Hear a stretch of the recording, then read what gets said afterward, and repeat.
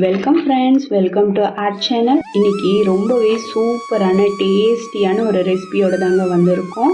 இது பார்த்திங்கன்னா நம்ம கூர்க்கன் கிழங்கு புளிக்குழம்பு எப்படி வைக்கிறதுன்னு தான் பார்க்க போகிறோம். இது நம்மளோட ஸ்டைலில் இது மாதிரி செய்து பாருங்கள். அடிக்கடி செய்ய தோணும். ஆனால் இந்த சீசனில் மட்டும்தான் கூர்க்கன் கிழங்கு கிடைக்கும். வீட்டில் மறக்காமல் ட்ரை பண்ணி பார்த்துட்டு உங்களோட ஃபீட்பேக் கமெண்ட் செக்ஷனில் போஸ்ட் பண்ணவும் மறந்துடாதீங்க. வாங்க இன்னைக்கு இந்த சிம்பிளான டேஸ்டியான கூர்க்கங்கிழங்கு வச்சு செய்த புளிக்குழம்பு எப்படி பண்ணுறதுன்னு பார்க்கலாம். இப்போ இங்கே ஒரு மண்பானை வச்சுருக்கோம். இதில் ஒரு 2 டேபிள் ஸ்பூன் அளவுக்கு நான் எண்ணெய் சேர்த்திக்கிறேங்க. இப்போது எண்ணெய் நல்லா சூடானதும் கடுகு பார்த்தீங்கன்னா 1 டீஸ்பூன் அளவுக்கு சேர்த்திக்கலாம். கூடவே வெந்தயம் பார்த்தீங்கன்னா ஒரு 1/2 டீஸ்பூன் அளவுக்கு சேர்த்திடலாம். இப்போது கடுகும் வெந்தயம் நல்லா பொரிஞ்சிடுச்சு. பூண்டு பார்த்தீங்கன்னா ஒரு 3 பல் அளவுக்கு, நல்ல பெரிய சைஸாக 3 பல் அளவுக்கு எடுத்து நீல வாக்கில் கட் பண்ணி சேர்த்திருக்கேன். சின்ன பல் பூண்டாக இருந்ததுன்னா ஒரு 4-5 எண்ணம் சேர்த்திக்கோங்க. இது பெருசாக இருந்ததுனால நான் 4 நாளாக கட் பண்ணனால உங்களுக்கு பார்க்குறதுக்கு குவான்டிட்டி அதிகமாக இருக்கிற மாதிரி தெரியுது.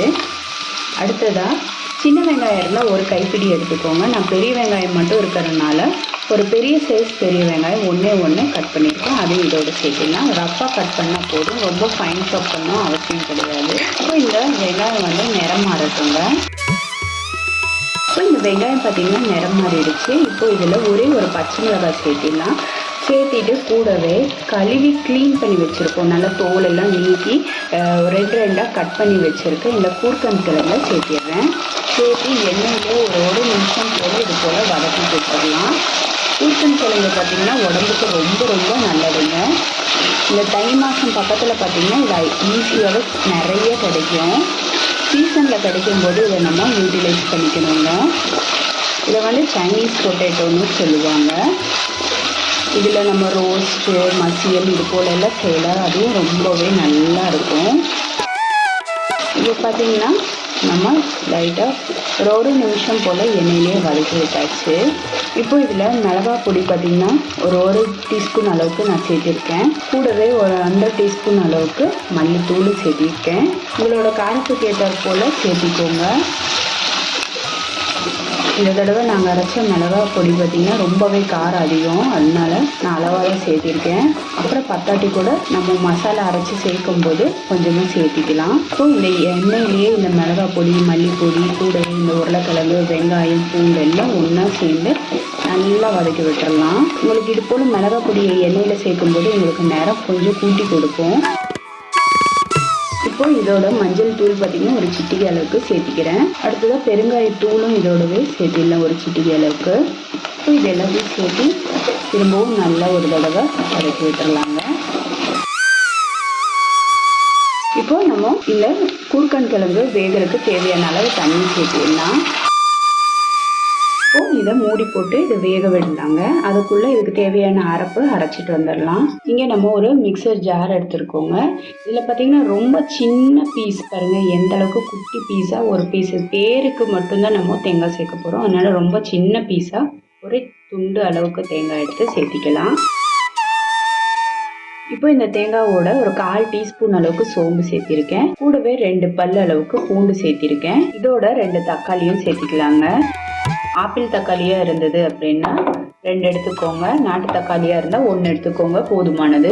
ஏன்னா நம்ம இதில் புளியும் சேர்க்க போகிறோம். இதுவும் புளிப்பாய் அதுவும் புளிப்பாயின்னா ஓவர் புளிப்பாயிடும். இப்போ இது எல்லாத்தையும் நம்ம அரைச்சிட்டு வந்துடலாங்க. இப்போது நல்லா நைஸாக அரைச்சாச்சுங்க. இப்போது கிழங்கு பார்த்திங்கன்னா நமக்கு வெந்திருக்கு.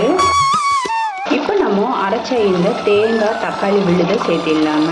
இதை லைட்டாக கலந்து விட்டுட்டு திரும்பவும் ஒரு 5 நிமிஷம் போல் மூடி வச்சிடலாம். அந்த பச்சை மணமெல்லாம் போகிறதுக்காக ஒரு 5 நிமிஷம் போல் இது மூடி இருக்கட்டும். ஸோ ஒரு 5 நிமிஷம் கழிச்சு ஓப்பன் பண்ணி பார்க்கலாங்க. இப்போ கடைசியாக நம்ம ஒரு பெரிய நெல்லிக்காய் அளவுக்கு புளியை கரைச்சி வச்சுருக்கோம். உங்களோட புளியோட புளிப்புத்தன்மைக்கு ஏற்றாற் போல் கூட குறைய அட்ஜஸ்ட் பண்ணிக்கோங்க.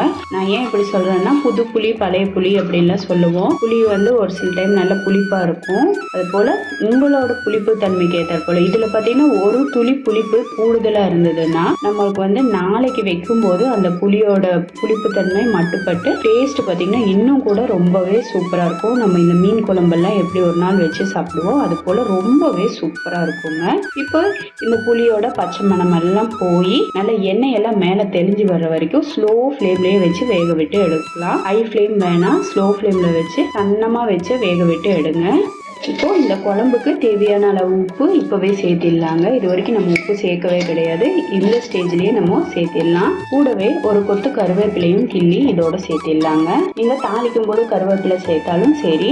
நமக்கு இது போல் கடைசியாக சேர்க்கும் போது நல்ல அந்த கருவேப்பிலையோட மனம் இந்த குழம்புல நல்லா இறங்கும். அந்த ஃப்ரெஷ்ஷான கருவேப்பிலை போடும்போது அதுக்காக தான் இது போல் கடைசியாக நான் சேர்த்திருக்கேன். இப்போ இது ஸ்லோ ஃப்ளேமில் வச்சு ஒரு 10 நிமிஷம் போல் அப்படியே வேகட்டும். குழம்பு பார்த்தீங்கன்னா நல்லா சுண்டி வரும், எண்ணெய் நல்லா தெளிஞ்சு வரும். டேஸ்ட்டும் பார்த்தீங்கன்னா ரொம்ப சூப்பராக இருக்கும். 2 நாள் வச்சு சாப்பிட்டாலும் ரொம்ப ரொம்ப சூப்பராக இருக்கும். இப்போது ஒரு 10 நிமிஷம் கழித்து ஓப்பன் பண்ணி பார்த்தா பாருங்கள், எண்ணெய் எல்லாம் நல்லா தெளிஞ்சு வந்திருக்கு. இப்போ ஃப்ளேமை ஆஃப் பண்ணிடலாங்க.